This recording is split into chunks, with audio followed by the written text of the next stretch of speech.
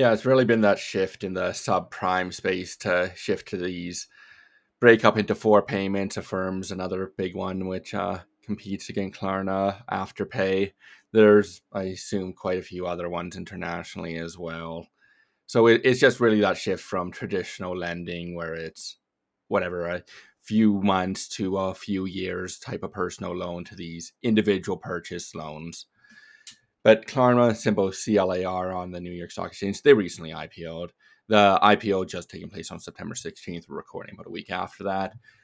Klarna is a Swedish fintech company that provides buy now, pay later services, and they are known for breaking up consumer purchases into four interest-free payments. That is their bread and butter.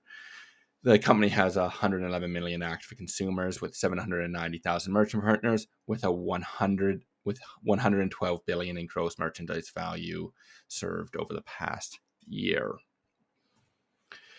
The company had an IPO share price of $40, but the opening trades took place around actually $52, but fell throughout the day. And then throughout the rest of the week or following days, it fell as well. And now we're trading about 43.68, resulting in a 16.6 billion market cap. Despite just IPOing, the company has been actually around for 20 years, and this wasn't the company's actually first attempt at an IPO. It had previously been looking and scoping out to IPO in 2020 at a $45 billion valuation, which is substantially larger, obviously nearly 3 times. Then that was based off of prior private raise valuation. So someone actually did pay for a $45 billion valuation, where the IPO was about $15 billion. Once it actually IPO'd, nearly 4 years later after that private raise. So the IPO prospect documents boast really a high addressable market of over 1 trillion. The group highlights some of high growth figures like 19% growth in merchandise value, 31% in active user counts. The selling point to consumers is really interest-free flexible financing, where the value proposition for merchants is to offer Klarna is to increase transactions and higher average order values. Effectively, if people are able to spend more money, they will, and that benefits the merchant. The group emphasizes the quick underwriting time, with underwriting decisions taking seconds, as well as the ability to scale technology. But it's an IPO. They like to talk up, they like to market. Do the financials actually have any legs to it? For the last quarter, so that's Q2 for ending June 30th, the company had revenue of $823 million. That's up 21% from $682 million in the prior year, roughly tracking that gross merchandise value increase as well, with $604 million of that revenue being from transaction service revenue, which is primarily those merchant fees. Effectively, they take a percent of the finance amount. So if the payment for the product is $100, Klarna will instantly pay the merchant $98, which means they get $2 in transaction revenue. As well, including in that segment or a line item is advertising revenue, where Klarna promotes certain merchants, but that is not the majority of it. The other revenue class being $219 million in interest income, which, although most transactions start under interest free, if they're not paid on time, they do start to accrue interest. But 8% of the overall merchandise value was under their fair financing line, or what they call it, which is more of a traditional financing option with longer duration of 3 to 48 months with interest payments, a standard consumer loan. Highlighting some key expenses, transaction costs being processing and servicing costs of $187 million, provision for credit losses, or commonly known as PCL, of $174 million, and funding costs of $147 million, for total transaction costs of $508 million, which results in what they call a transaction margin of $315 million, or 38%, down from 45% on a percentage basis. Transaction margin dollars increased 4% on a like-for-like basis, which is not as impressive as those other growth figures, meaning the company isn't seeing this surge in economies of scale at the transaction level. After operational expenses, the company had operational loss of $46 million, and even on an adjusted basis, which removes share comp depreciation, the company only had a profit of $29 million, or an adjusted profit margin of 3.5%. That's pretty thin margins. The company had a GAAP net loss of $52 million, or 14 cents per share, which is a quarterly regression year over year from materially break even in the prior year.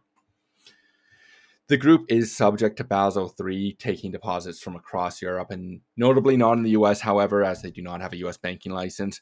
They are funded well, though. They have a CET1 ratio of 15.1% and a Tier 1 capital ratio of 17.3% as of the last quarter, which is well above the required rates and just generally, even compared to the rest of the industry, that's well funded. As well, the company did raise $222 million, which was after the quarter's end, so that'll be further to support the capital structure. So well funded as far as that concern is. But as well on the balance sheet, there is a bit of a concern for allowance for credit losses, or ACL, as in prior years the allowance was well below the level of write-offs, and effectively what the allowance for credit losses is what your expectations for these write-offs are, where in prior years the actual write-offs were quite a bit above the ACL. But now in this last 6 months, it's at 3.9% for the ACL and 2.8% of the write-off. So that does look good, but on a longer term view, it hasn't looked as lining up as how you should expect it. So that is something you just want to really keep your eye on. Management does attribute the decline from that 8.1% of write-offs in 2022 to the current 2.8% is due to underwriting maturation and scaling, which is a positive, and that is good. You just need to see, is that being reflected properly, or are their expectations just still off? But that spread between the write-offs and ACL is a key aspect overall to keep your eye on. Switching to valuations, the company trades at 5.5 times sales, which is below close competitors, a firm 7.5 times. But in isolation to the fundamentals, I would consider it still quite expensive for the significant growth baked in at a 5.5 times sales. And in contrast to the general consumer lending space, it is more expensive. So outside of the more fintech-like companies, for example, we have a consumer lending company under coverage that actually does have even higher growth rate, and it trades at 1.8 times sales. And it is profitable, and it does have that growth behind it. So Klarna is quite expensive when you're looking even on a sales basis.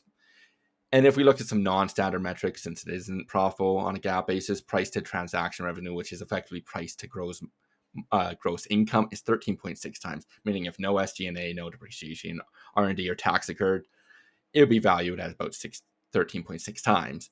Further, if you looked at the adjusted operating income, since it is above break even, its price is at 109 times, which is relatively meaningless, but it's near break even, so you do get those big figures. But it is not a cheap company in comparison to the larger consumer lending space. It might be to a firm, but not the larger space. So, concluding, the stock has wanted to IPO for a long time and came in well below the private valuations of 2021. Those were crazy times, but it is still actually quite expensive.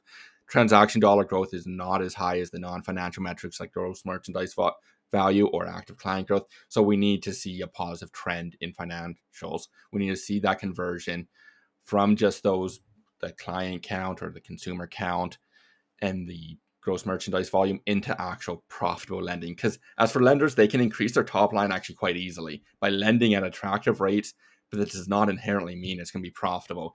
That is a game lenders can play, is they can easily increase their top line, but that normally means their bottom line will actually start to decrease or stay flat. The top line is not as meaningful on a growth basis if you cannot produce profitability, and we aren't really seeing that at this time. And to support the current valuation, we do need to see that conversion taking place. So for now, we will continue to monitor Klarna, and as far as disclosure, we do not have any relations or position in the company. And vice versa, they can slow growth, to, expand margins, correct? Exactly. And this is like, there was a survey, according to a recent survey from Lending Tree Survey, they said that 25% of individuals who are using buy now, pay later are using it for groceries.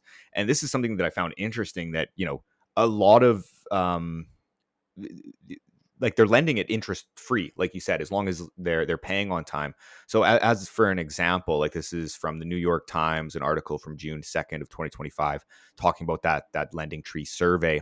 They said when Tia Hoge stocked up at her local Kroger in early April, her bill was nearly $400 at checkout. She scanned her app from Klarna, a buy now, pay later company that offers short-term loans. Klarna paid the grocery store for the 71 items in the cart. Miss Hoge split her payments to Klarna into 4 installments of about $100 with zero interest.